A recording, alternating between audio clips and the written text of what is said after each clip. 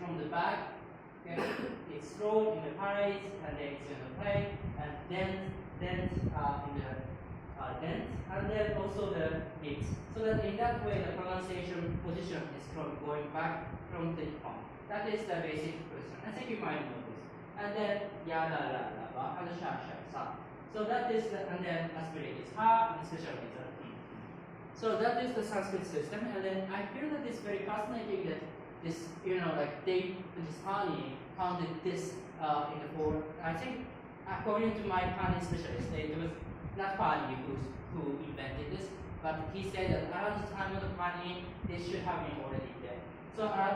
So at least the Indian grammarians found that where these sounds were pronounced, and then these things are going on. So that is a very fascinating idea. So you can see. So those of you have learned Japanese. Oh, a little bit. Okay. A little bit. Yes. Yeah, a little bit. Yes. Do you remember Japanese? Yeah, one year is more than enough. Yes. So. Yes. Exactly what we're going to talk about. Yes. So it's the order of the consonants is from the back to the front, and vowels are right? So, and the Japanese pronounce system is very similar to Sanskrit. That is the combination of consonant and vowels. So what we have, okay, how can you pronounce it? Okay, this a, I, u, o, ka, ki, u, sa, shi, su, so, ta, chi, tsu, te, to, na, ni, nu, ne, mo, a, ni, u, ke, o, ma, mi, nu, ne, mo, ya, ni, yo, na, ni, u, ke, o, ma, mo, ka, ka, ki, u, ke, o, za, chi, tsu, te, to, za, chi, tsu, te, to, ba, mi, nu, ke, o. So you are now Japanese, okay? Okay, like you can see that, okay, Japanese pronunciation is that, okay, if you reduce some consonant, then it can be a Japanese Japanese. So that if you want to learn Japanese, it's easy for Indian people. So it's just forget some words, then you can speak like in Japanese. So, and then you can see that there are some correspondences between these consonant clusters and what we have here. So let's get it analyzed. Okay, apparently the order of the words follows that of Sanskrit, and then you can use that a, I, u, e, te, I, o, and then we are very system. What is this? D is this long vowel. It's a L and R. L is the, okay, this is D long vowel of D. So, and this is a very theoretical thing that you will never see in the literature. So, but of course, we don't have that pronunciation. Our pronunciation is very clear. It's very easy. And then you can see that these are reduced too. So, let's see how it corresponds. Okay, let me focus on consonants. So, babies, okay. O, R. Yeah. Japanese R. Just R. R.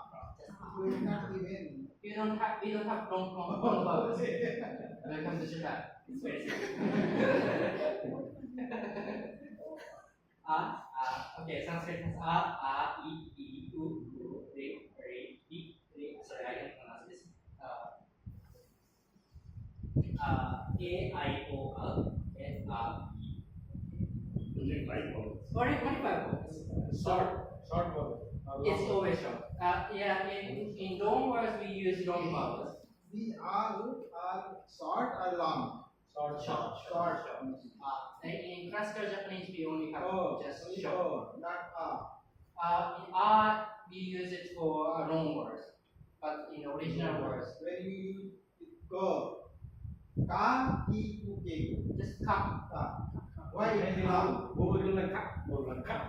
Yes, okay. It's a very good point. Like our Japanese is in between Indian A and R. So like some people think that my ka is long, but some people think that ka is short. So I think Indian Nakamura, yes.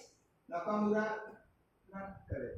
Nakamura. Nakamura is like Nikagawa. Hirakawa, yeah. Roma. Yeah, Hirakawa. Yeah, but you pronounce like a native Japanese. So you're still closer. So like he tends to very, we tend to very shorten the Nakamura. The proper pronunciation is Nakamura, but if you are like 2-year, 3-year experience, you pronounce like Nakamura. So that you have 2 years, 3 years. So let's see how these Japanese and Sanskrit is related. So let's just pick out the consonants. And then you can see that Japanese ka, ga, and sa and za, and ta and da, na, a, ba, ma, ya, da, ba, ba. And then you can see that mostly speaking, they pick up the word, by the order of the Sanskrit, they pick up the consonants that exist in Sanskrit. So like you say ka, ga, sa. Okay, sa and za is problematic. Okay, I will show that later. We don't have letterpress, Indian letterpress pa. And then we have letter da and da. And then we have somehow pa here, and it corresponds to pa and ba.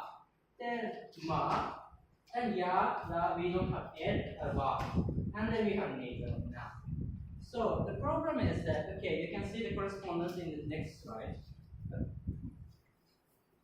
So you can see that these dead things are the ones that the same exact pronunciation in Japanese and Sanskrit. So that is ka, ga. Okay, and then these blue ones, sorry, it's a little difficult to see. These blue ones that you don't have in Japan.